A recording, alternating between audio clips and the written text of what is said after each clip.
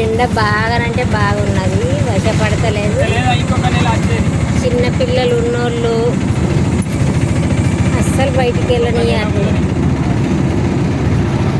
Water bottle అయితే ఖచ్చితంగా చేతులు ఉండాలి. డాబా గుడ్డ నీళ్ళు తాక్కుంటూ పోవాలి రావాలి, కానీ పిల్లల్ని అయితే మొత్తం బయటికి వెళ్ళనియద్దు. చాలా జాగ్రత్తగా ఉండాలి. అంతే పిల్లలైతే జాగ్రత్త, పిల్లలు జాగ్రత్త బయటికి వెళ్ళనియద్దు.